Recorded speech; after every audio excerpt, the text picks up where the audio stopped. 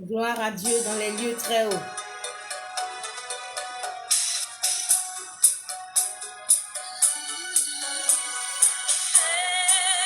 Fais-moi voir ta gloire. Nous te bénissons, nous t'élèvons, nous te célébrons, Seigneur.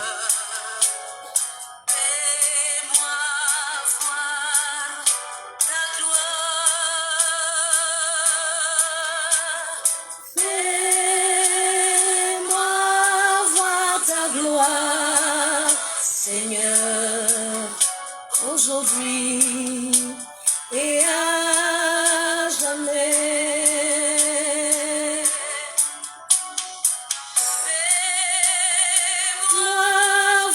Ta gloire, Seigneur, fais-moi voir ta gloire,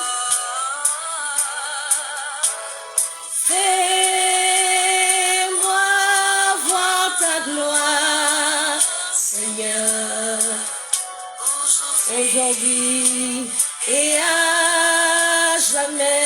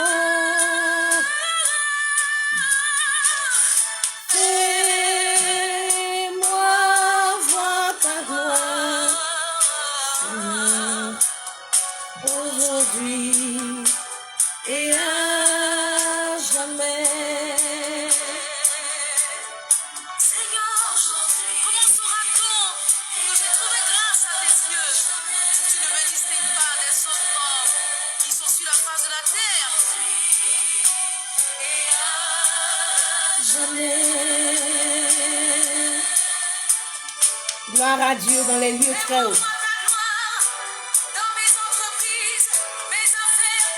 Nous bénissons le Seigneur avec la chante félicité, prophétesse de l'Éternel.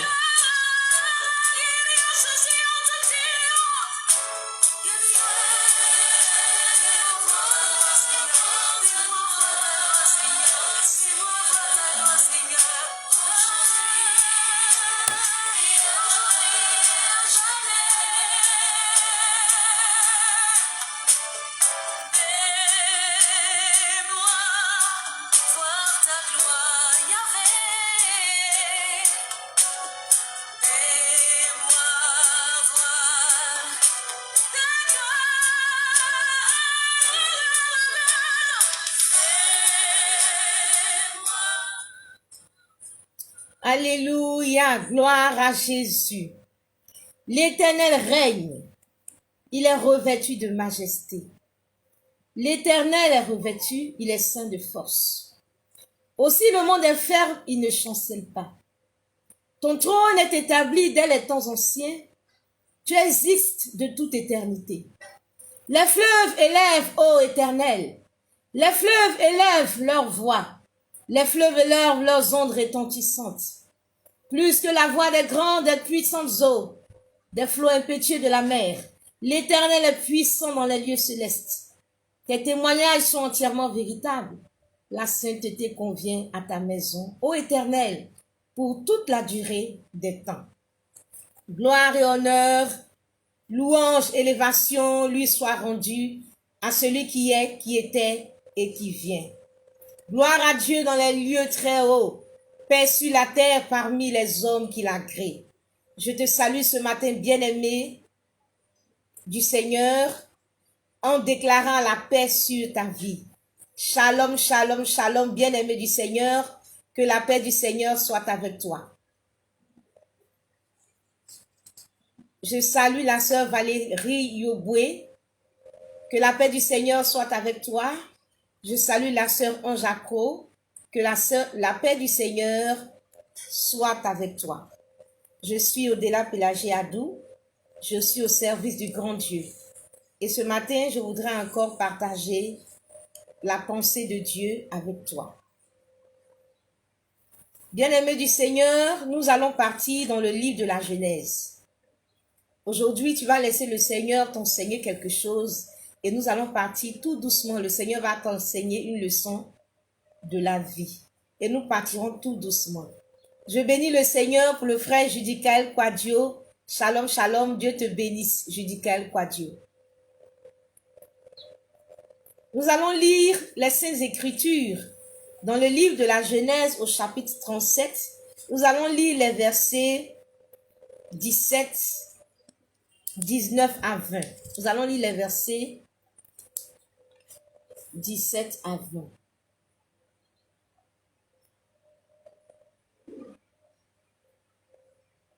Nous lisons à partir du verset 18.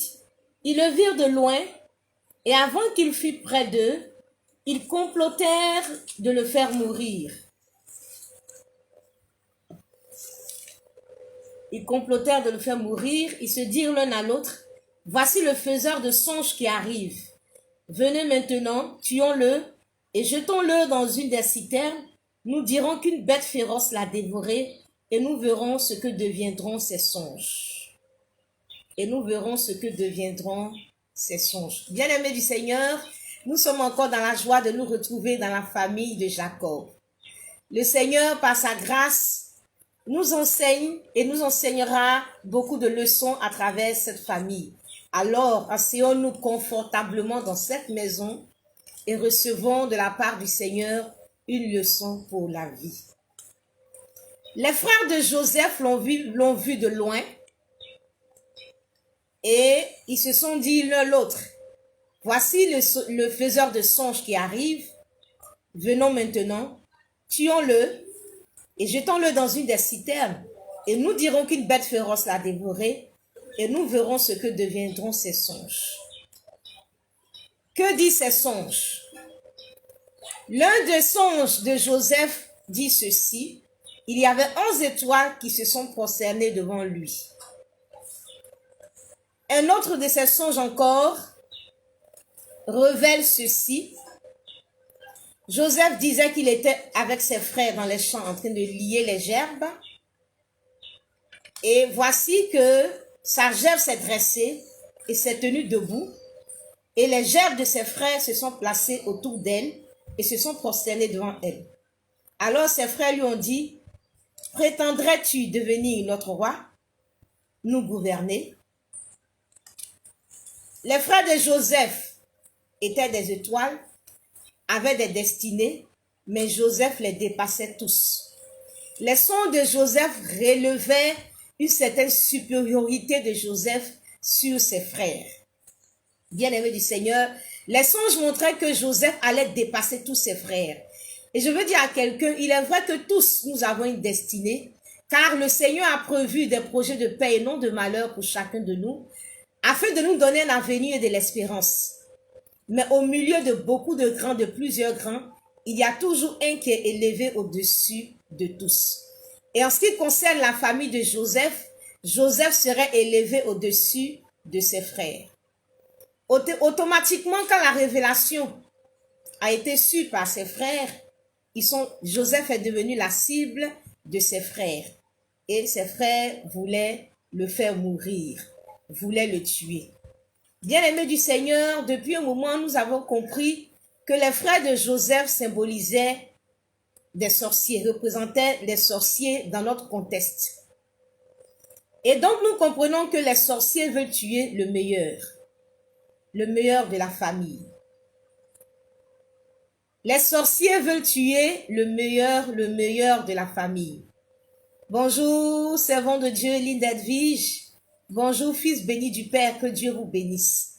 Aujourd'hui, nous irons tout doucement, parce que nous avons besoin de comprendre une leçon tranquillement pour bien consommer cette leçon, cette nourriture que le Seigneur veut nous donner. Les sorciers veulent tuer le meilleur de la famille. Les sorciers veulent tuer le meilleur de la famille, le plus grand, le plus élevé de la famille. Et ce matin, je me pose la question, pourquoi Joseph? Pourquoi Joseph? Pourquoi les frères de Joseph veulent tuer Joseph? Et pourquoi pas quelqu'un d'autre? Bien-aimé du Seigneur, je réponds parce que Joseph est le meilleur, parce que Joseph serait le plus grand. Bien-aimé du Seigneur, pourquoi Joseph? Nous allons aller tout doucement dans la parole de Dieu et nous irons dans le livre d'Ézéchiel. Ézéchiel au chapitre 18. Ézéchiel au chapitre 28 plutôt. Ézéchiel au chapitre 28. Nous lisons au verset 2 ceci. Fils de l'homme, dis au prince de Tyr, ainsi parle le Seigneur l'Éternel. Ton cœur s'est élevé et tu as dit, je suis Dieu. Je suis assis sur le siège de Dieu au sein des mers. Bien-aimés du Seigneur, la Bible nous dit en Ézéchiel au chapitre 28 au verset 2 ceci. Nous devons savoir que en Ézéchiel 28, nous voyons à travers le prince de Tyr une image de Satan.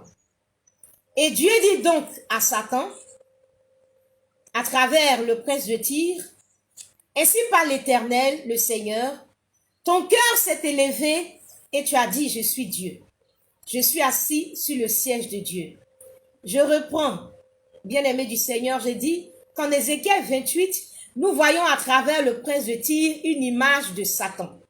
Et Dieu dit, en Ézéchiel 28, au verset 2, Fils de l'homme, dis au prince de Tyr, ainsi parle le Seigneur l'Éternel. Ton cœur s'est élevé et tu as dit, je suis Dieu. Je suis assis sur le siège de Dieu. Je salue Serge Quadio. Que le Seigneur te bénisse. Satan dit, je suis Dieu, je suis assis sur le siège de Dieu. Je veux informer un frère, un bien-aimé et dire que Satan se prend pour Dieu. Satan dit qu'il est Dieu. Satan déclare qu'il est Dieu. Satan fait entendre qu'il est Dieu. Satan se prend pour Dieu, il affirme qu'il est Dieu. Et Satan dit, je suis assis sur le siège de Dieu. Satan se met à la même place que Dieu, il veut se mettre au même niveau que Dieu. Et bien aimé du Seigneur, Satan même veut occuper le siège de Dieu. Il dit qu'il est assis sur le siège de Dieu. Si je suis assis sur un siège, c'est qu'au préalable, j'ai éjecté celui qui était assis avant moi. J'occupe un siège. Et si quelqu'un d'autre l'occupait avant moi, cela veut dire que j'ai pris le temps de l'éjecter avant de m'asseoir. Et donc, Satan veut dire que Dieu est plus petit que lui, que Dieu n'occupe plus le siège de Dieu et que désormais, lui, Satan, il occupe le siège de Dieu. Et donc, Satan veut dire qu'il règne. Il dit, je suis assis sur le siège de Dieu. Donc, les positions ont changé d'après Satan. Satan est devenu plus grand que Dieu, d'après lui. Et c'est ce que Satan affirme. Il affirme que Dieu n'est pas Dieu, que lui, Satan, il est Dieu. Ce qui est contraire à la vérité, bien sûr. Ce qui n'est pas conforme à la vérité, bien sûr. Je veux dire à quelqu'un que c'est l'état d'esprit dans lequel Satan se trouve. C'est qui fait croire qu'il est Dieu. Et c'est ce qui lui a valu d'être précipité par le Seigneur sur la terre. Et Satan, précipité par le Seigneur sur la terre, continue quand même de dire au milieu des hommes et de faire croire au milieu des hommes qu'il est Dieu.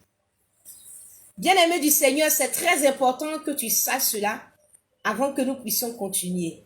Satan dit, à travers le prince des Tyrs, Satan dit qu'il est Dieu, qu'il est assis sur le siège de Dieu. Satan se prend pour Dieu. Satan fait croire qu'il est Dieu. Et Satan fait croire même qu'il est assis sur le siège de Dieu. C'est-à-dire que Dieu n'est plus Dieu, mais c'est Satan, lui Satan, qui est maintenant devenu Dieu. Bien-aimé du Seigneur, la Bible nous dit ceci. Dans le livre de Jean au chapitre 4. Nous allons aller dans les Saintes Écritures. Nous allons tout doucement. Que le Seigneur nous bénisse, que sa grâce soit avec nous. Dans l'évangile de Jean au chapitre 4, le Seigneur nous parle. Bien-aimé du Seigneur, quand Jésus rencontre la femme samaritaine au puits de Jacob, Jésus lui adresse une parole. Jésus lui dit, donne-moi à boire. Jésus dit à la femme samaritaine, donne-moi à boire. Je salue la sœur Genèse Lima. Je salue la sœur Juana Grace. Que le Seigneur vous bénisse. Jésus rencontre la femme samaritaine au puits de Jacob et Jésus lui adresse la parole suivante, donne-moi à boire. Et la femme samaritaine dit, mais comment toi qui es juif, tu peux demander à boire à moi qui suis une samaritaine? Comment toi qui es juif, tu peux demander à boire à moi qui suis une samaritaine? Les juifs n'ont pas de relation avec les samaritains. Les juifs n'ont pas de rapport, de relation avec les samaritains. Et donc, bien aimé, nous devons comprendre que Jésus est juif. Et il s'agit bien du peuple de Dieu, il fait partie du peuple de Dieu. Et si les Juifs qui constituent le peuple de Dieu ne sont pas en relation avec les Samaritains, c'est que les Samaritains ne font pas partie du peuple de Dieu. Les Samaritains sont un peuple à part. Et ils n'ont rien à voir avec le peuple de Dieu, ils n'ont rien à voir avec Dieu. Les Samaritains sont un peuple à part. Et la femme samaritaine dit que les Juifs n'ont pas de relation avec les Samaritains. Donc c'est un peuple différent du peuple de Dieu, séparé du peuple de Dieu. Bien-aimé du Seigneur, Jésus continue avec la femme samaritaine et il dit, si tu connaissais le don de Dieu, si tu connaissais le don de Dieu, qui est celui qui te dit, donne-moi à boire, tu lui aurais toi-même demandé à boire. Bien-aimé du Seigneur, Jésus dit à la femme, si tu connaissais le don de Dieu, c'est-à-dire si tu connaissais Jésus. À partir de là, on comprend que cette Samaritaine fait partie d'un peuple qui ne connaît pas Dieu, qui ne connaît pas Jésus du tout. Donc c'est un peuple qui n'est pas le peuple de Dieu, c'est un peuple qui est différent du peuple de Dieu, c'est un peuple qui n'a rien à voir avec Dieu, c'est un peuple qui ne connaît pas Dieu, qui ne connaît pas Jésus. Bien-aimés du Seigneur, quand nous évoluons toujours dans Jean le chapitre 4, la femme samaritaine dit à Jésus, es-tu plus grand que notre père Jacob? Marie Adou, Dieu te bénisse. Es-tu plus grand que notre père Jacob? Retenez bien cette phrase. Es-tu plus grand que notre père Jacob? Nous savons que Jacob signifie celui qui supplante. Celui qui supplante. Supplanter, c'est passer devant, prendre la place de quelqu'un en lui faisant prendre son crédit. Supplanter, celui qui supplante, donc, c'est celui qui prend la place de quelqu'un. Supplanter, c'est prendre la place de quelqu'un. Et donc, la Samaritaine demande à Jésus, es-tu plus grand que notre Père qui supplante? Et nous savons qui veut prendre la place de Dieu, nous savons que c'est Satan. Donc, es-tu plus grand que Jacob? Es-tu plus grand que celui qui supplante? Es-tu plus grand que Satan? Et donc Jésus a très bien compris la question que la femme samaritaine lui posait en disant, es-tu plus grand que notre père Jacob? Jésus a compris la question, il a bien compris la question, es-tu plus grand que Satan? Donc la femme samaritaine est en train de dire, mais toi Jésus qui me parle, est-ce que tu es plus grand que notre père Satan? C'est une révélation qui est cachée dans les Écritures. Es-tu plus grand que notre père Satan? Es-tu plus grand que notre père Satan qui nous a donné ses puits et qui en a bu lui-même, ainsi que ses fils et ses troupeaux? Jésus se présente à cette femme et cette femme dit, mais attends, Jésus, est-ce que toi tu es plus grand que notre père Satan? Donc Jésus se retrouve en face d'une femme qui a pour père Jacob, le supplanteur, qui est Satan, celui qui veut prendre la place de Dieu. Jésus se retrouve avec une femme, en face d'une femme qui ne le connaît pas, mais qui connaît Satan, qui se reconnaît en Satan. Bien-aimé du Seigneur, Jésus donc se retrouve en territoire ennemi hostile, dans le monde où Jacob, où le supplanteur, où le diable est maître et roi, il règne, là où il est reconnu comme Dieu. Sur ce territoire, Satan a pris la place de Dieu. Sur ce territoire, Satan remplace Dieu. Sur ce territoire, Satan est Dieu, il est roi, il règne, il est le maître. Bien-aimés du Seigneur, quand nous continuons, nous voyons que c'est un peuple qui s'abreuve d'une eau. C'est un peuple qui s'abreuve d'une eau. La Bible nous dit que le Seigneur Jésus a dit, si tu connaissais le don de Dieu, et qui est celui qui te dit, donne-moi à boire, tu lui aurais toi-même demandé à boire, et il t'aurait donné de l'eau vive. C'est un peuple qui s'abreuve, mais qui s'abreuve à un puits, au puits de Jacob. Et dans notre cas ici, au puits de Satan. Dans notre cas ici, dans notre contexte, au puits de Satan. C'est un peuple qui s'abreuve d'une eau qui est différente de celle que Jésus propose, qui est l'eau de vie, qui est l'eau vive. Et quelle est donc cette eau? Qu'est-ce que cette eau symbolise? Je veux que tu écrives, qu'est-ce que cette eau symbolise? Nous allons tout doucement pour comprendre la parole du Seigneur. Qu'est-ce que cette eau symbolise? Bien-aimé du Seigneur, dans le livre de l'Apocalypse, au chapitre 22, Apocalypse au chapitre 22, le verset 1 dit ceci, « Et il me montra un fleuve d'eau de la vie, limpide comme du cristal, qui sortait du trône de Dieu et de l'agneau. » Évangéliste Séraphin, homme de Dieu, que le Seigneur te bénisse. Il me montrait un fleuve d'eau de la vie, limpide comme du cristal, qui sortait du trône de Dieu et de l'agneau. Voici que du trône de Dieu, il y a une eau. Il sort une eau qui est limpide comme du cristal. Dieu a son eau, Jésus a son eau. Dieu a son eau. Son eau qui sort du trône de Dieu et de l'agneau. Au verset 17 d'Apocalypse, toujours 22, la Bible nous dit, « Et l'esprit et l'époux disent, viens, et que celui qui entend dise, viens, et que celui qui a soif vienne, que celui qui veut prendre de l'eau de la vie, prenne de l'eau de la vie gratuitement. » Le Seigneur nous appelle à boire de l'eau qui sort de son trône. Le Seigneur nous appelle à boire de l'eau qui sort de son trône. Ésaïe disait, vous tous qui avez soif, venez aux eaux.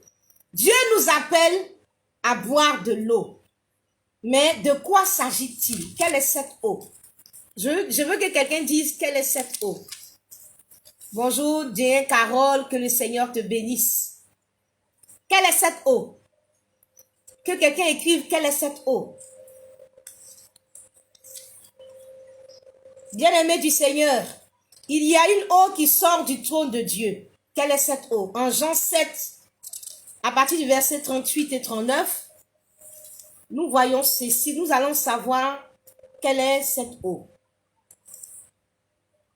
La Bible nous dit en Jean, au chapitre 7, à partir du verset 38, le dernier jour, le grand jour de la fête, Jésus se tenant debout s'écria, « Si quelqu'un a soif, qu'il vienne à moi et qu'il boive. Celui qui croit en moi, des fleuves d'eau vive couleront de son sein, comme dit l'Écriture. » Il dit cela de l'esprit que devaient recevoir ceux qui croiraient en lui, car l'Esprit n'était pas encore, parce que Jésus n'avait pas encore été glorifié. Il dit ceci, celui qui croit en moi, des fleuves d'eau vive couleront de son sein, comme dit l'Écriture. Il dit cela de l'Esprit que devaient recevoir ceux qui croiraient en lui. L'eau qui sort du trône de Dieu, l'eau qui sort du trône de Dieu est le symbole de l'Esprit de Dieu. L'Esprit que doivent recevoir ceux qui croiraient en lui. Et Jésus propose à la femme samaritaine l'Esprit de Dieu, le Saint-Esprit. Il dit à la femme samaritaine, moi je veux te donner de l'eau vive, je veux te donner de l'Esprit de Dieu. C'est cet esprit, l'Esprit Saint, l'Esprit du Seigneur, est l'Esprit que reçoit tous ceux qui croient en lui. Dès lors, Dieu te bénisse. Dieu te bénisse. Bien-aimé du Seigneur, Jésus propose à la Samaritaine de lui donner l'Esprit de Dieu. Cette eau-là est différente de l'eau du puits de Jacob, qu'ici nous avons appelé Satan. Bien-aimé du Seigneur, si l'eau est l'Esprit, alors nous pouvons comprendre que les Samaritains qui s'abreuvent du puits de Jacob sont donc abreuvés par l'esprit du diable.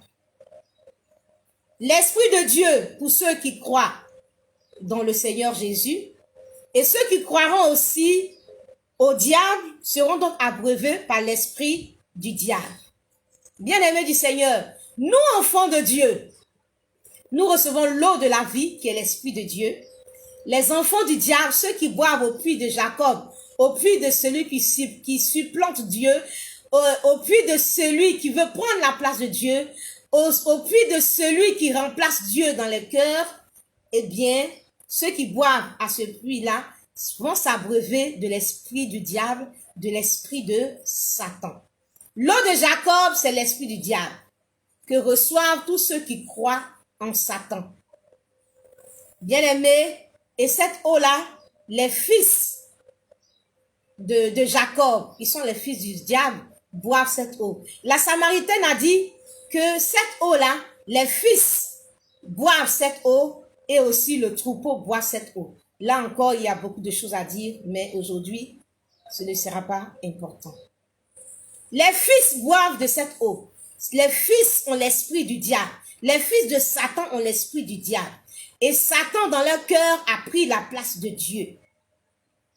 Bien-aimés du Seigneur, ils ont l'esprit de Satan et ils boivent à son eau. Bien-aimés du Seigneur, Jésus encore a dit à cette femme, toujours en Jean, le chapitre 4. Jésus dit à la femme plus tard, vous adorez ce que vous ne connaissez pas. Vous adorez ce que vous ne connaissez pas. Et Jésus lui dit, mais le salut vient des Juifs. Bien-aimés, ils ont l'esprit de Satan. Ils croient en Satan. Et Jésus leur dit, vous adorez ce que vous ne connaissez pas. Vous adorez ce que vous ne connaissez pas. Parce que vous êtes en train d'adorer Satan, qui se fait passer pour Dieu, qui vous fait croire qu'il est Dieu. Vous adorez ce que vous ne connaissez pas, mais le salut vient des Juifs. Bien-aimés du Seigneur, c'est donc un peuple qui adore Satan et qui ne connaît pas Dieu. Donc on se retrouve dans la sphère de Satan avec des fils de Satan qui sont abreuvés au puits de Satan, qui ont l'esprit de Dieu et qui adorent Satan. Bien-aimés du Seigneur, c'est une révélation de la part du Seigneur et dont nous allons tout doucement pour que nous puissions comprendre. La femme samaritaine est donc le symbole de toutes les personnes qui se reconnaissent de Jacob, de celui qui supplante Dieu, de celui-là qui veut prendre la place de Dieu, que nous avons découvert en Ézéchiel 28, qui est Satan à travers le prince des Tyr, et qui dit, je suis Dieu, je suis assis sur le siège de Dieu. Bien-aimé du Seigneur, Satan a des enfants, des personnes qui le reconnaissent comme Dieu, et sur ce territoire de Samarie, dans ce contexte qui est le territoire de Satan, et sur ce territoire, ils croient en Satan, ils croient que Satan est Dieu. Parce que Satan leur fait croire qu'il est Dieu. Bien-aimés, nous sommes en train de chercher à comprendre pourquoi pourquoi les sorciers cherchent à tuer le meilleur. C'est à cette question que nous essayons de répondre. Et à partir de là, nous avons compris que il y a des personnes qui adorent Satan parce que Satan se fait passer pour Dieu. Nous devons comprendre, bien-aimés du Seigneur, que Satan est l'adversaire de Dieu. Ne l'oubliez jamais, que Satan est l'adversaire de Dieu. Il cherche toujours dans le cœur des hommes à avoir la place de Dieu, à avoir la même place que Dieu, ou à avoir une place plus élevée que Dieu. Bien-aimés du Seigneur, Satan dit soit qu'il est Dieu, ou soit qu'il est plus élevé que Dieu. Bien-aimés du Seigneur, nous voyons que dans ce territoire, Satan se fait passer pour Dieu. N'avez-vous pas remarqué que chez les mystiques, chez les occultistes, chez les sorciers, Jésus n'est pas Dieu, mais Jésus est un grand maître, comme plusieurs maîtres. Jésus est un grand maître. Et que Jésus n'est pas au-dessus des autres maîtres. Jésus est un maître. Bien-aimés du Seigneur, ceux qui ont pratiqué l'occultisme le savent et peuvent bien le confirmer. Il y a beaucoup de livres dans lesquels on peut vous expliquer que Jésus est un grand maître. Et dans les loges mystiques, Jésus est l'égal des autres maîtres occultes. Bien-aimés du Seigneur, Satan dit, je suis Dieu, je suis assis sur le siège de Dieu. Et donc, pour les occultistes, Jésus est un maître. Satan est aussi un maître. Donc, Jésus est à l'égal de Satan pour les occultistes. Et souvent même, Satan est élevé au-dessus de Jésus, qui est un petit maître, et Satan est élevé au-dessus de lui. Vous devez remarquer que Satan aime être adoré. Il aime prendre la place de Dieu et il aime être adoré. Voyez dans les Saintes Écritures, la Bible nous dit que Jésus, dans la période de la tentation, dans l'épisode de la tentation, nous voyons que Satan aime être adoré. Vous devez le réaliser, c'est très important. Satan aime être adoré. Bien-aimés du Seigneur, la Bible nous dit que le diable a transporté dans la ville sainte Jésus. Le diable l'a transporté sur une montagne plutôt très élevée, lui a montré tous les royaumes du monde de leur gloire et lui dit, je te donnerai toutes ces choses si tu te prosternes et m'adores. Et Jésus lui dit, retire-toi Satan, car il est écrit, tu adoreras le Seigneur ton Dieu et tu le serviras lui seul. Bien-aimé du Seigneur, Satan aime être adoré. Il aime être à la place de Dieu pour qu'on puisse l'adorer, pour que les hommes l'adorent. Et il a dit à Jésus, il faut m'adorer. Il faut m'adorer. Et Jésus lui a dit, non, je ne peux pas t'adorer. Et Jésus lui a dit que tu adoreras le Seigneur ton Dieu. L'adoration est réservée à Dieu et à Dieu seul. Bien-aimé du Seigneur, si Satan a proposé à Jésus de l'adorer, ce n'est pas à toi que Satan ne va pas proposer de l'adorer. Satan veut être adoré et Satan recrute au milieu des hommes des personnes qui deviennent ses enfants, qui l'adorent, qui croient en lui, qui croient qu'il est Dieu et qui croient que Jésus est aussi un maître, un grand maître à l'égal de Satan. Bien-aimé du Seigneur, Satan aime être adoré. Et Satan fait croire aux hommes, aux mystiques, aux sorciers, à tous ceux qui se retrouvent sur son territoire, qui est ici les Samaritains.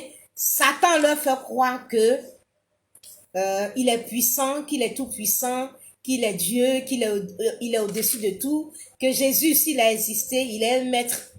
Bon, un point c'est tout. Donc pour eux, le diable est Dieu, le diable est élevé au-dessus de tout. Bien-aimé du Seigneur, je veux que tu comprennes bien que pour les mystiques, que pour les occultistes, que pour les sorciers, Satan est Dieu. Et je veux que tu réalises que ce que tu penses de Dieu, c'est ce que le sorcier pense de Satan. Je veux que tu écrives cette phrase. Ce que je pense de Dieu, c'est ce que le sorcier pense de Satan. Quand je pense que Dieu est grand, il est élevé, il est assis sur le trône de gloire, les enfants de Satan, les sorciers, les mystiques, les occultistes, pensent que Satan est Dieu, il est élevé au-dessus de tout, il est assis sur le trône élevé.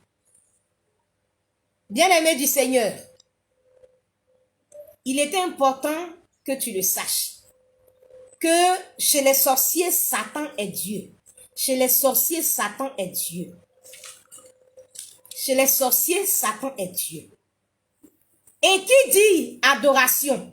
Et comme il est Dieu, il est adoré. Il est adoré dans le monde des ténèbres, il est adoré dans son monde. Et ici, dans ce contexte, nous avons pris le contexte du territoire de Samarie. Et donc, dans ce contexte, les Samaritains se reconnaissent en lui. Il dit, la Samaritaine a dit, nous buvons au puits de Jacob, au puits du supplanteur. Et donc, qui dit adoration dit offrande. Je veux que tu écrives, qui dit adoration dit offrande. Qui dit adoration dit offrande. Qui dit adoration dit offrande. Si les sorciers, qui sont nos Samaritains du jour, si les sorciers adorent Satan, qui dit adoration dit offrande, les sorciers offriront à Satan. Qui dit adoration dit offrande. Nous qui adorons l'Éternel, nous qui adorons Jésus, nous offrons à Jésus notre adoration. Nous faisons des offrandes de nos lèvres. Nous disons au Seigneur qu'il est grand, il est Dieu. Nous donnons de nos biens matériels. Nous offrons au Seigneur. Et donc, les adorateurs aussi de Satan, qui sont les sorciers, qui sont les occultistes, les mystiques, eux aussi adorent Satan et eux aussi offrent à leur Dieu. Bien-aimés du Seigneur, il est très important que vous puissiez comprendre ma démarche. Ils adorent Satan, nous adorons l'Éternel, nous adorons Jésus et ils adorent Satan. Nous adorons l'Éternel, nous offrons à l'Éternel. Eux, ils adorent Satan comme leur Dieu, ils offrent aussi à leur Dieu. Bien-aimés du Seigneur, ils offrent quoi? Je veux que s'il y a quelqu'un à côté de toi, je veux que tu lui dises, les adorateurs de Satan, les sorciers, ils offrent quoi à leur Dieu? Et je veux que tu écrives aussi, qu'est-ce que les sorciers offrent à Satan, puisque Satan est leur Dieu? La Bible nous dit en Jean, le chapitre 8, à partir du verset 42, ceci. Jésus leur dit, si Dieu était votre Père, vous m'aimeriez, car c'est de Dieu que je suis sorti et que je viens. Je ne suis pas venu de moi-même, mais c'est lui qui m'a envoyé. Pourquoi ne comprenez-vous pas mon langage? Parce que vous ne pouvez écouter ma parole. Vous avez pour père le diable, et vous voulez accomplir les désirs de votre père. Vous avez pour père le diable, et vous voulez accomplir les désirs de votre père. Eh bien, il a été meurtrier dès le commencement, et il ne se tient pas dans la vérité parce qu'il n'y a pas de vérité en lui. Lorsqu'il profère le mensonge, il parle de son propre fond, car il est menteur et le père du mensonge. Et moi, parce que je dis la vérité, vous ne me croyez pas. Bien-aimés du Seigneur, Jésus dit, vous avez pour père le diable et vous voulez accomplir les désirs de votre père. Bien-aimés du Seigneur, les sorciers ont pour père le diable. Les sorciers ont pour Dieu le diable. Et qu'est-ce qu'ils veulent faire? Ils veulent accomplir les désirs de leur père. Et c'est logique. Bien-aimés du Seigneur, moi, mon papa, c'est Jésus. Moi, mon roi, c'est Jésus. Moi, mon Dieu, c'est Jésus. Celui que moi, j'adore, c'est Jésus. Et en tant qu'enfant de Jésus, qu'est-ce que je veux faire? Je veux faire les désirs de mon Père. Je veux faire comme Jésus dit. Ma nourriture est de faire la volonté de mon Père. Je veux être agréable à mon Père. Je veux, oh waouh, être agréable à mon Père. Je veux faire sa volonté. Et Jésus a dit à ces personnes, vous avez pour père le diable et vous voulez accomplir les désirs de votre Père. C'est tout à fait normal. Les sorciers ont pour père le diable et ils veulent accomplir les désirs de leur père. Qu'est-ce que le diable peut aimer? Qu'est-ce qui peut faire plaisir au diable? Les sorciers cherchent à faire plaisir au diable. Et Jésus dit ceci. Il dit, vous voulez accomplir les désirs de votre père? Il a été meurtrier dès le commencement. Il a été meurtrier dès le commencement. Être un meurtrier, c'est quoi? C'est quelqu'un qui commet un meurtre ou qui cause ou entraîne la mort de nombreuses personnes. Un meurtrier, c'est quelqu'un qui commet un meurtre ou qui cause ou entraîne la mort de nombreuses personnes. Bien-aimés du Seigneur, Jésus a dit, vous avez pour père le diable et vous voulez accomplir les désirs du diable. Et le diable, c'est un meurtrier. C'est quelqu'un qui veut, qui aime, qui cause la mort de beaucoup, qui entraîne la mort de nombreuses personnes. Donc, nous comprenons donc que le désir de Satan, c'est que beaucoup de personnes meurent. C'est que des personnes soient tuées. C'est un meurtrier. Son plaisir, c'est de tuer. Et donc, les sorciers qui sont des enfants du diable et qui ont pour désir d'accomplir les désirs de leur père, cherchent à plaire à leur père et donc cherchent à tuer le maximum de personnes. Bien-aimés du Seigneur, nous cherchons à comprendre aujourd'hui pourquoi Joseph. Pourquoi Joseph? Donc nous comprenons pourquoi les sorciers aiment tuer les gens. Ils ont pour père le diable. Satan a pris la place de Dieu dans leur cœur. Ils adorent le diable. Et le désir du diable, c'est tuer. C'est un meurtrier. Et donc, ils veulent adorer leur papa. Ils veulent accomplir les désirs de leur papa. Et les désirs de Satan, c'est tuer. Tuer les hommes. Donc, les sorciers aiment tuer les hommes. Mais cela encore n'a pas répondu encore à la question de pourquoi spécialement Joseph. Pourquoi les frères de Joseph qui sont dans notre contexte des sorciers veulent tuer Joseph? Ils pouvaient tuer quelqu'un d'autre. Mais pourquoi Joseph? Bien-aimés du Seigneur, les sorciers offrent des hommes à Satan. Il fait tuer des gens. Et vous qui avez pour père le diable, votre nourriture est de faire la volonté de votre père qui est de tuer les gens. Mais bien-aimés du Seigneur, pourquoi Joseph? N'oubliez pas que je vous ai dit que Satan est le père, est le Dieu des sorciers. Pourquoi Joseph? La Bible nous dit dans le livre de Malachie, au chapitre 1, à partir du verset 8. La Bible nous dit ceci. Malachie, chapitre 1, à partir du verset 8. Ici, c'est le Seigneur qui parle. Le Seigneur dit, quand vous offrez en sacrifice une bête aveugle, n'est-ce pas mal? Quand vous en offrez une boiteuse ou infirme, n'est-ce pas mal? Offre-la donc à ton gouverneur.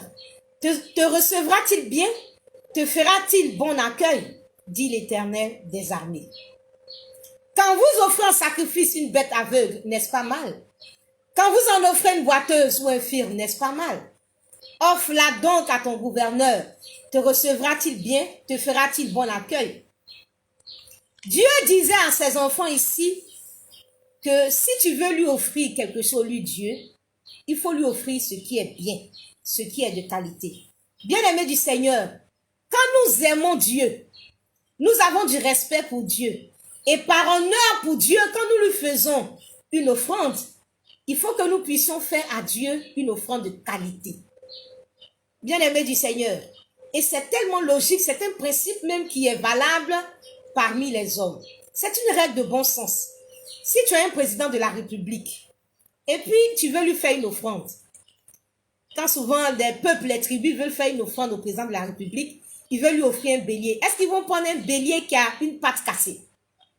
Je te pose la question.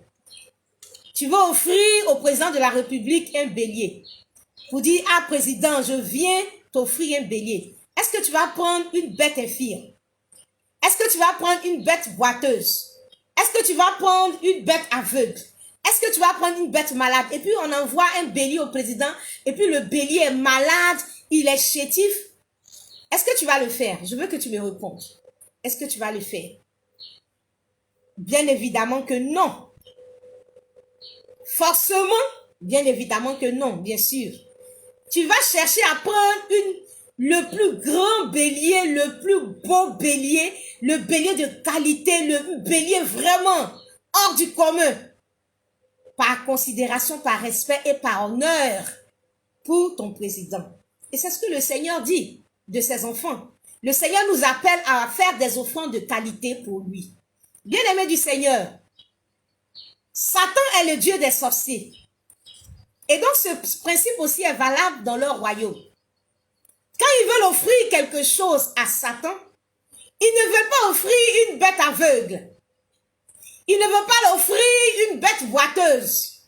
Mais ils veulent offrir une bête de qualité. Bien-aimé du Seigneur, Satan est meurtrier et lui, on lui offre des hommes. Et donc, ce que Satan attend des sorciers, c'est que les sorciers puissent lui offrir le meilleur de tous les hommes de la famille. Par exemple, quand il s'agit d'une famille. Bien-aimé du Seigneur, Satan veut qu'on lui offre le meilleur. Satan veut qu'on lui offre le meilleur. Et donc les sorciers regardent dans la famille. Dans la famille de Jacob, la Bible nous dit que l'étoile de Joseph brillait. Et à travers les songes, nous avons compris que Joseph avait une destinée au-dessus de ses frères. Et donc c'était le meilleur de sa famille. Et quand les frères de Joseph ont réalisé que Joseph était le meilleur, automatiquement, il est devenu la cible, celui qu'on devait tuer. Bien-aimé du Seigneur, je veux dire à quelqu'un que les sorciers tuent, mais ils cherchent à faire les désirs de leur père. Ils cherchent à donner le meilleur à Satan. Et le meilleur à Satan, c'est celui-là qui a une destinée glorieuse. Bien-aimé du Seigneur, quand les sorciers regardent dans la famille, qui est en train de faire des études prometteuses, qui est socialement béni, qui a le plus grand diplôme, qui a un avenir prometteur, qui est en train de bâtir des entreprises, qui est en train de bâtir une vie, qui est en train de partir vers un avenir glorieux ou un avenir le plus glorieux. Et quand Satan regarde cela,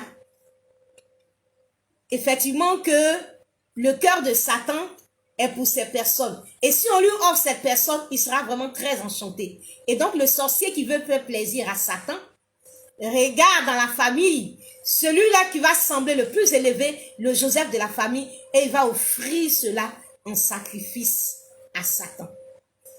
C'est pourquoi, bien-aimé du Seigneur, on entend beaucoup de pleurs dans les familles. Oui, c'est mon étudiant là-haut, et mes étudiants là-haut, et mes cadres là-haut. Oui, c'est mon cadre. On entend dans les familles pleurer. Oui, mon cadre, oui, mon étudiant, oui, celui-là qui est nanti, oui, le meilleur de ma famille. Oui, aimer le loin, ça, oh, oui, on pleure. On pleure. Parce que celui-là qui était considéré comme l'avenir de la famille, c'est celui-là qui est la cible de Satan. Et si ce n'est la grâce de Dieu, rapidement, le sorcier de la famille va offrir ce meilleur-là à Satan. Bien-aimé du Seigneur, est-ce que tu comprends pourquoi Joseph? Parce que les sorciers adorent Satan et les sorciers cherchent à accomplir les désirs de leur père. Et en cherchant à accomplir les désirs de leur père, ils cherchent à donner le meilleur à leur père. Et ils cherchent parmi les hommes le meilleur de la famille pour offrir le meilleur à Satan qui est leur père et qui est leur Dieu. Bien-aimé, de la même façon, toi qui es un enfant de Dieu, tu cherches à donner le meilleur à l'Éternel, à donner une offrande de qualité. C'est comme ça que les sorciers aussi cherchent à donner le meilleur au diable. La Bible nous dit que Abraham a levé les yeux et il a vu 3 hommes qui étaient debout et il a compris la visitation divine. Il a couru vers eux et il leur a demandé d'entrer chez lui. Et la Bible nous dit que rapidement, Abraham est allé promptement dans sa tente vers Sarah, lui a dit de faire la nourriture. Abraham a couru à son troupeau et il a dit à son serviteur de se hâter rapidement d'apprêter le veau tendre et bon. Bien-aimé du Seigneur, Abraham sait qu'il est en présence de l'Éternel et il cherche à donner le veau tendre et bon. Quand moi je veux offrir au Seigneur, je cherche à donner le meilleur au Seigneur. Je veux faire comme Abraham, donner le veau tendre et bon. Bien-aimé du Seigneur, c'est comme ça que les sorciers cherchent à donner aussi le veau tendre et bon à Satan. Cherchent à donner des personnes de qualité. Mais bien-aimé du Seigneur, nous donnons de notre argent, nous donnons de notre énergie. Mais Satan, lui, il veut les hommes. Il veut qu'on lui offre des hommes. Et donc, les sorciers donnent des hommes, offrent des hommes en sorcellerie à Satan. Tue spirituellement ces personnes et après cela devient manifeste physiquement. Bien-aimé du Seigneur, pourquoi Joseph?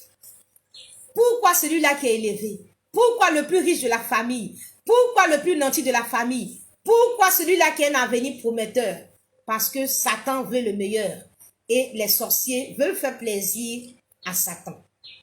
Bien-aimé du Seigneur, je veux dire à quelqu'un ce matin, je veux dire à quelqu'un ce matin que les sorciers adorent Satan et ils veulent offrir à Satan. Deux personnes offrent à Satan, deux personnes offrent au Seigneur, à Abel et Caïn. Et puis l'offrande d'Abel est agréée parce que c'est une offrande qui a été faite des premiers-nés de son troupeau avec la graisse qui est la meilleure partie, pendant que Caïn a donné juste une offrande banale. Bien aimé, c'est de la même façon aussi, les sorciers cherchent à être agréables, à donner à Satan une offrande qui lui soit agréable.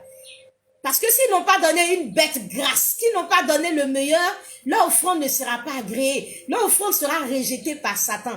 Or, ils veulent que Satan agrée leur offrande. Ils veulent que Satan soit content de leur offrande. Ils veulent que leur offrande soit agréable à Satan. Alors, ils offrent le meilleur. De la même façon, Abel a donné le meilleur à son Dieu, qui est l'Éternel. De cette même façon-là, les sorciers veulent donner le meilleur afin que leur offrande soit agréée. Les sorciers adorent Satan et vous savez que Satan veut prendre la place de Dieu. Et donc, Satan cherche à recevoir le meilleur. Bien-aimés du Seigneur, c'est dans cette logique que les sorciers sont. Vous voyez souvent ceux qui vont chez les féticheurs, quand ils demandent un sacrifice, ils demandent soit un bon bélier pour que les esprits soient honorés par le bélier et pour que les esprits puissent agréer ce sacrifice. Et donc, les sorciers veulent honorer le diable. Aujourd'hui, tu dois comprendre que les sorciers veulent honorer le diable. Et en voulant honorer le diable, ils cherchent le mieux placé de la famille pour lui offrir un sacrifice. Et chacun doit prendre conscience de cela. Chacun doit prendre conscience de cela. Pourquoi Joseph? Parce que Joseph devait être le plus élevé de la famille. Et donc, c'est lui que les frères sorciers devaient sacrifier. S'ils sacrifiaient quelqu'un d'autre, cela n'aurait pas eu du poids. Mais il fallait que Joseph soit sacrifié. Et donc, c'est pour cela que c'est Joseph qui a été vendu. Pourquoi Joseph? Parce que Joseph est le meilleur. Et c'est celui-là que Satan aurait, c'est ce sacrifice-là que Satan aurait agréé. Je veux dire à quelqu'un, à Satan Croc ou à Satan Dougou, à Satan Croc ou à Satan Dougou, on offre les hommes et on cherche à offrir le meilleur. Et chaque famille doit savoir qu'à Satan Croc, le diable cherche à ce qu'on lui offre les meilleurs de la famille. Bien-aimé du Seigneur, Satan était, excusez-moi, pas Satan plutôt, bien-aimé du Seigneur, Joseph était le meilleur de sa famille.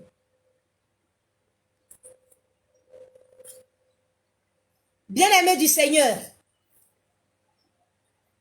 Joseph était le meilleur. Joseph n'était pas n'importe qui dans sa famille. Joseph était le meilleur par rapport à ses valeurs, par rapport à son cœur. Joseph était le meilleur par rapport au plan de Dieu, à la position que le Seigneur lui donnait dans sa famille. Bien-aimé du Seigneur, Joseph n'était pas n'importe qui. C'est pour cela que Satan voulait Joseph. C'est pour cela que les sorciers voulaient offrir Joseph. Et c'est pour cela qu'ils ont vendu Joseph pour que Joseph soit tué. Bien-aimé du Seigneur, Joseph n'était pas n'importe qui par rapport à ses valeurs, par rapport à son cœur et par rapport à sa position. Quand les frères de Joseph sont partis paître le troupeau à Sichem, nous voyons le père Jacob qui a dit à Joseph, va prendre les nouvelles de tes frères pour voir s'ils vont en bonne santé et si tout va bien aussi avec le troupeau. Et la Bible nous dit que Joseph s'est rendu à Sichem. Il s'est rendu à Sichem parce qu'il voulait avoir les nouvelles de ses frères. Il arrive là-bas, il ne retrouve pas ses frères. Il ne sait pas exactement où ils sont. Et la Bible nous dit qu'il erre dans la campagne. Il erre dans la campagne. Bien-aimé du Seigneur, si moi, on m'envoie, va voir tes frères. Je vais, l'endroit, le territoire est grand, je ne sais pas exactement où ils sont. J'attends juste quelques heures, je ne les vois pas. Qu'est-ce que je fais? Je me retourne. Mais bien-aimé du Seigneur, Joseph n'a pas fait ça. Joseph a un cœur. Il a le cœur de Dieu. Joseph a le cœur de Dieu. Et la Bible nous dit qu'il erre dans la campagne. Il ne se retourne pas. Hein? Il ne se décourage pas. Il persévère. Il cherche, il tourne. Jusqu'à ce qu'il rencontre un monsieur qui lui indique là où ses frères se trouvent. Parce qu'il veut les voir absolument. Il veut savoir exactement si tout va bien. Il erre jusqu'à ce qu'il rencontre quelqu'un qui lui indique le chemin. Bien-aimé du Seigneur, la région dans laquelle Joseph cherchait ses frères était une région où il y avait des bêtes féroces. Mais il n'a même pas tenu compte de sa vie. Joseph est quelqu'un qui n'a pas tenu compte de sa vie. Pour dire, avec les bêtes féroces, moi je ne les vois pas et donc je retourne. Bien-aimé, c'était toi et puis moi, on allait dire, moi je n'ai pas envie de sacrifier ma vie avec ces bêtes féroces là, mais bon, moi je cherche à retourner rapidement. Je ne veux pas mettre ma vie en danger. Mais bien aimé du Seigneur, Joseph est celui-là qui mettait sa vie en danger pour ses frères. Joseph est celui-là qui pouvait sacrifier sa vie pour ses frères. Quel cœur! Quel cœur! Bien aimé du Seigneur, je t'ai dit que Satan ne veut pas n'importe qui. Il veut les hommes de qualité. Et Joseph était un homme de qualité par rapport à son cœur, par rapport aux valeurs qu'il avait et par rapport à la position qu'il avait. Bien-aimé du Seigneur, Joseph est celui-là qui pouvait se sacrifier même sa vie pour ses frères. Et, bien-aimé du Seigneur, Joseph a tourné jusqu'à ce qu'il puisse rencontrer ses frères. Bien-aimé du Seigneur, il était vraiment un homme de cœur. Et ça n'a pas menti quand il a été élevé, quand il est devenu Premier ministre. Bien-aimé du Seigneur, Joseph est le garant de l'unité familiale de cette famille. Il était le garant de l'unité familiale. Il avait un cœur pour Dieu. C'est un rassembleur, Joseph. Lorsque Joseph a été vendu en Égypte, qu'il a été élevé et que ses frères sont partis sous la pression de la famine, sont partis en Égypte, à leur deuxième voyage, Joseph s'est découvert à ses frères. Et lorsque ses frères devaient reprendre le chemin, Joseph a commencé à leur dire, pendant qu'ils partaient, ne vous querellez pas. Parce qu'il savait que chacun allait accuser l'autre. Et il risquait de se faire palabre en chemin. Et Joseph a dit, ne vous querellez pas. Joseph était un homme de paix. Joseph procurait la paix. Joseph travaillait à la paix dans sa famille. Joseph était attaché à la paix dans sa famille. Bien-aimé, c'est ce genre de personnes-là que le diable cherche à tuer dans la famille. Des hommes de cœur, des hommes de valeur, ceux qui rassemblent, ceux qui créent la cohésion familiale, ceux qui sont garants de l'unité familiale. Bien-aimés du Seigneur, c'est ceux-là que Satan veut comme sacrifice. C'est ceux-là que les sorciers cherchent à tuer dans la famille. Joseph était un artisan de paix. Et même après la mort de leur père, il a été comme un père pour eux. Et il a été comme un père pour eux et il a gardé la famille soudée. Bien-aimé du Seigneur, c'est lui-là que le diable a visé pour toucher. Pour que par sa mort, la famille puisse se disloquer. Bien-aimé du Seigneur, Joseph a tout fait pour que ses frères aient le meilleur. Aient la meilleure partie sur le territoire d'Égypte. Bien-aimé du Seigneur, des gens qui lui ont fait mal, qui l'ont vendu. Et quand il a été élevé, qu'il a retrouvé ses frères, il a tout fait pour que ses frères aient la meilleure partie du territoire d'Égypte. Waouh! Quel cœur, quel amour, quelle bienveillance, quelle gentillesse, quelle bonté, quel amour. Joseph a le cœur de Dieu. Bien-aimé du Seigneur. Et c'est ce genre de personne-là que le diable cherche à éliminer parce que Satan veut le meilleur. Joseph a tout fait pour que ses frères aient le meilleur. Joseph est le symbole de tous ceux qui se battent. De celui-là qui se bat pour que ses frères aient la meilleure place dans la société. Joseph est le symbole de ceux qui se battent pour que les frères aient la meilleure place dans la société. Ils aident les frères à réussir, à émerger. Bien-aimé du Seigneur, Joseph est le symbole de tous ceux qui dans la famille aident les frères à avoir le meilleur, aident les frères à émerger. Bien-aimé du Seigneur, Joseph est celui-là qui se bat pour que son petit frère réussisse, pour que sa grande sœur réussisse, pour que son père ait une maison, pour que sa mère vive dans des conditions agréables. Bien-aimé du Seigneur, Joseph a tout fait pour que ses frères habitent la meilleure partie du pays dans la contrée de Ramsès. Et c'est lui que Satan réclame. Je veux dire à quelqu'un, Satan réclame Joseph de votre famille. Quand tu as Joseph parmi tes enfants, tu peux mourir sans t'inquiéter. Parce que tu sais que tu peux compter sur lui. Tu sais que quelqu'un va veiller à la cohésion familiale. Tu sais que tu n'as pas de soucis.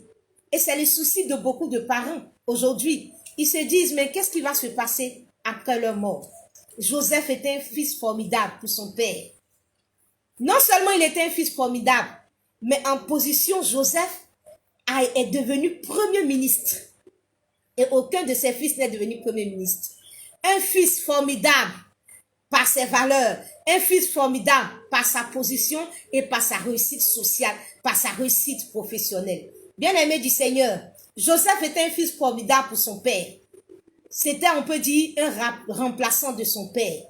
Quelqu'un qui aide son père à partir vers le Père, sans angoisse, sans souci. Bien-aimé du Seigneur, et c'est lui-là que ses frères ont vendu. Bien-aimé du Seigneur. Et ce sont les Joseph que les sorciers veulent vendre. Joseph a été élevé premier ministre. Il a nourri son papa. Il s'est bien occupé de lui. Bien-aimé du Seigneur, qui ne rêve pas avoir un enfant premier ministre? Qui ne rêve pas avoir un enfant élevé dans sa vieillesse? Un enfant qui va prendre soin de lui. Un enfant qui sera une bénédiction pour lui. Bien-aimé du Seigneur, Jacob se sentait tellement à l'aise qu'à 130 ans, quand il rencontrait Pharaon, il dit à Pharaon que ses jours sont peu nombreux parce que Joseph n'avait même plus envie de mourir. Bien-aimé du Seigneur, tu ne veux pas voir un enfant qui va te faire saluer Pharaon, le plus élevé, le grand roi. Un enfant qui va te faire entrer dans la cour des grands, qui va te faire parler avec les présidents de la République, avec les présidents des institutions internationales. Oui, c'est cet enfant-là que le diable vise dans ta famille. Bien-aimé du Seigneur, et bien-aimé du Seigneur, Joseph était cet enfant-là. Bien-aimé du Seigneur, qui veut avoir un enfant comme Joseph? Qui veut avoir un enfant comme Joseph? Un enfant, bien-aimé du Seigneur, un enfant à qui on peut dire, ah, voici comment moi je veux mourir. Son père a dit, voici comment je veux mourir, voici où je veux être enterré, dans le pays de Canaan. Et c'est ce que Joseph a fait. Et Jacob, son père, est mort. Et il a pleuré. Et il a fait embaumer son père. Et Joseph l'a enterré comme il voulait, où il voulait. Bien-aimé du Seigneur, un fils qui garde et respecte même ta parole, même après ta mort. Waouh, c'était pas n'importe quel fils. Pourquoi Joseph? C'était un fils de qualité. Et Joseph a enterré son père avec un cortège impressionnant. Et tout le monde peut dire que Jacob a eu un bon fils. Et les habitants de Canaan, les Cananéens, ont témoigné de ce que ce fut un grand deuil. Il finit d'enterrer son père. Il ne se venge pas de ses frères, comme Ésaü pouvait le dire pour son frère. Il ne se venge pas de ses frères, mais la Bible nous dit qu'il retourne avec eux en Égypte. Ils avaient peur que Joseph les prenne en haine, mais il les a rassurés. Dis à quelqu'un, mon Joseph ne va pas mourir, mais il va vivre pour être une bénédiction pour la famille, pour accomplir la mission pour laquelle Dieu l'a fait naître dans cette famille. Je veux que tu dises cette phrase. Je veux que tu répètes cette phrase. Je veux que tu dises cette prière. Le Joseph de ma famille ne va pas mourir, mais il va vivre pour être une bénédiction pour toute la famille, pour accomplir la mission pour laquelle Dieu l'a fait naître dans ma famille. Mon Joseph ne va pas mourir, mais il va vivre pour être une bénédiction pour toute la famille, pour accomplir la mission pour laquelle Dieu l'a fait naître dans ma famille. Pourquoi Joseph? Parce que Joseph était le meilleur. Bien-aimé du Seigneur, ce Joseph peut être celui-là qui va être le plus nanti, mais aussi celui-là qui est l'homme de cœur et qui est une source de cohésion familiale. Bien-aimé du Seigneur, les sorciers tuent les bons, ils tuent les gentils. Bien-aimé du Seigneur, les sorciers tuent ceux qui ont un avenir glorieux. Bien-aimé du Seigneur, les sorciers cherchent à tuer Joseph, mais nous allons lui dire que Joseph ne mourra pas, mais il va vivre pour accomplir la mission pour laquelle Dieu l'a fait naître dans notre famille. Bien-aimé du Seigneur, je veux dire à quelqu'un que les sorciers cherchent à tuer le plus gentil, le plus bon, le plus nanti, le plus élevé. Mais nous devons savoir que nos Joseph ne vont pas mourir. Dieu a des projets de paix pour chacun. Chacun a une étoile. Les frères de Joseph aussi sont des étoiles. Mais au milieu de plus grands, il y a un qui est plus grand que tous et qui tire les autres vers le haut. Ou il y a toujours un qui est l'instrument par lequel Dieu fait émerger les autres. Cette personne est la porte de la bénédiction de l'élévation familiale. Et Joseph était la porte de la bénédiction de sa famille. Dans une famille, Dieu bénit tout le monde parce que Dieu a des projets de paix et non de malheur, afin de nous donner un avenir de l'espérance. Mais il ne bénit pas tout le monde au même niveau. Le Joseph de la famille devient l'arbre dont l'ombrage couvre les autres. Il devient la source d'eau, le courant d'eau qui alimente les autres arbres à porter des fruits. Joseph a voyagé pour que toute sa famille voyage. Joseph est devenu riche pour que toute la famille soit riche ou devienne riche ou aille plus loin. Joseph l'a bien compris et il a dit à ses frères, c'est pour vous sauver la vie que Dieu m'a envoyée devant vous. Bien-aimés du Seigneur, les gens pensent que les sorciers opèrent dans le désordre. Non, comme quelqu'un qui met la main dans un poulailler et puis prend n'importe quelle poule. Non, même les hommes ne font pas ça. Quand ils veulent prendre une poule mais dans un poulailler, ils cherchent la meilleure poule. Les sorciers travaillent selon un plan très réfléchi. Très réfléchi. Ils ne tuent pas n'importe qui, ils cherchent à tuer le meilleur. Ce sont des gens qui voient les étoiles, qui savent apprécier les destinées et cherchent à prendre le plus costaud. Bien-aimés du Seigneur, Aaron a été un grand, n'est-ce pas? Aaron a été un grand, Marie a été un grand. Ils ont été tous des grands serviteurs de Dieu. Aaron a fait des exploits. Marie aussi a été une grande servante du Seigneur. Ils étaient frères. Mais la Bible ne nous dit rien en ce qui concerne leur naissance. Et je suppose qu'il n'y avait rien de particulier. Mais quand Moïse devait naître, c'est là que la Bible précise que Pharaon a donné l'ordre de tuer tous les garçons qui allaient naître. Et plus tard, jeter tous les garçons dans le fleuve. Bien-aimés du Seigneur, Aaron était une étoile, Marie était une étoile. Mais l'étoile de Moïse allait être élevée au-dessus de toutes leurs étoiles.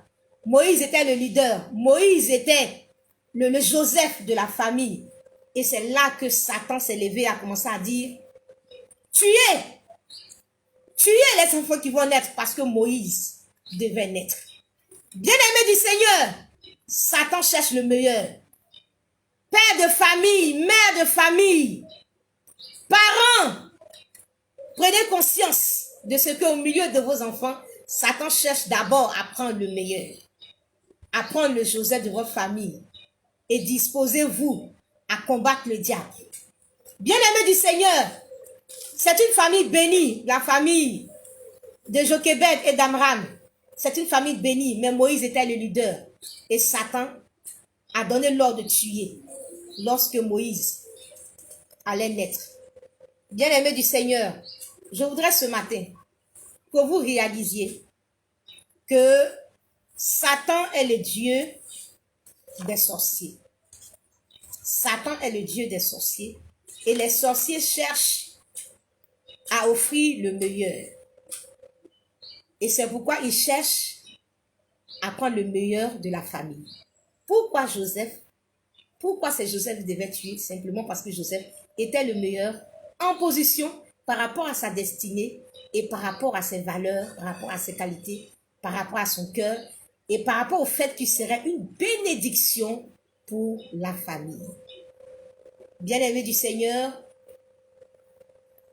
je veux que nous prions en disant ceci, simplement répéter cette phrase. Mon Joseph ne va pas mourir, je le déclare au nom de Jésus. Il va vivre pour accomplir le plan de Dieu, pour entrer dans sa destinée et pour être la bénédiction, pour être et accomplir le rôle, pour être la source de bénédiction pour laquelle Dieu l'a fait naître dans ma famille. Joseph ne mourra pas, mais il va vivre pour être la source de bénédiction de la famille, la raison pour laquelle le Seigneur l'a fait naître dans ma famille. Que le Seigneur nous bénisse, que sa grâce soit avec nous.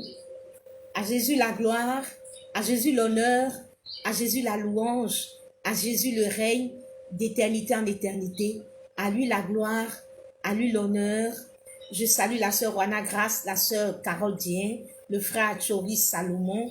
Que Dieu nous bénisse, que sa grâce, sa main soit sur nous, que sa grâce soit sur nous.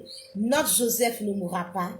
Il va vivre pour accomplir la mission pour laquelle Dieu l'a envoyé sur la terre, dans notre famille. À Jésus la gloire, à Jésus l'honneur.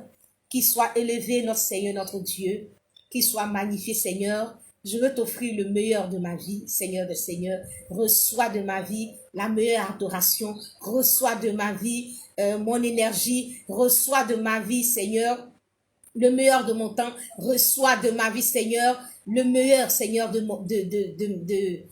mes biens. Reçois, Seigneur, le meilleur. Parce que, Seigneur, c'est toi ce qui est digne d'être adoré. Tu es digne d'être adoré, tu es digne d'être célébré, tu es digne d'être glorifié. À toi seul la gloire, toi seul est digne d'être adoré. Gloire, honneur, louange, élévation te soit rendue. Béni soit le roi des rois, béni soit le Seigneur des seigneurs. La gloire revienne à Dieu au nom puissant de Jésus. Amen. À lui la gloire.